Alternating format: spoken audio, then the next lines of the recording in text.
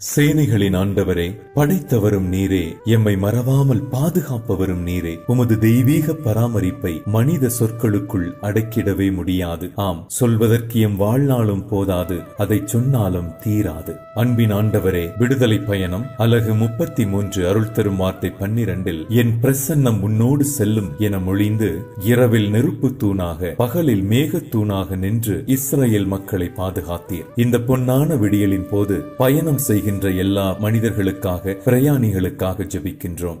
முக்கிய வேலைகளுக்காக, சொந்த பந்தங்களின் வீடுகளில் நடைபெறும் பல்வேறு விசேஷங்களில் பங்கெடுப்பதற்காக, தூரமாக வசிக்கும் உறவினர்களை சந்திப்பதற்காக, மருத்துவ ஆலோசனைகள் பெறுவதற்காக, வீட்டு ஜாமான்களை வாங்குவதற்காக, திருவிழாக்களில் கலந்து கொள்வதற்காக, வழிபாட்டு தலங்களை தரிசிப்பதற்காக, புதிய இடங்களை சுற்றி பார்ப்பதற்காக, அதோடு தம் சொந்த ஊர்களை நோக்கி திரும்பிக் கொண்டிருக்கின்ற மனிதர்களுக்காக சிறப்பாக நாங்கள் ஜெபிக்கின்றோம். எங்களோடு தங்கும் ஆண்டவரே, பல்வேறு காரணங்களுக்காக வெவ்வேறு நோக்கங்களோடு ரயில்களிலும், பேருந்துகளிலும், விமானங்களிலும், கப்பல்களிலும், தனியார் வாகனங்களிலும் பயணம் செய்யும் எல்லா மனிதர்களையும் எவ்வித ஆபத்துக்களும், தடங்கல்களும், விபத்துக்களும் இன்றி பத்திரமாக தாங்கள் சேர வேண்டிய இடங்களை சென்றடைய நீரே தயை கோரும். தோபித்து புத்தகத்தில் நாங்கள் வாசிக்கின்றோம், தேவதூதர் ரஃபேல் தொபியாவை பாதுகாப்பாக அவர் தம் இலக்கை அடையும் வரை உறுதுணையாக இருந்தார் என்று. இதோ பயணம் மேற்கொள்ளுகின்ற எல்லா பயணிகளையும் உமது காவல் தூதர்கள் அவர்களுக்கு முன்னும் பின்னும்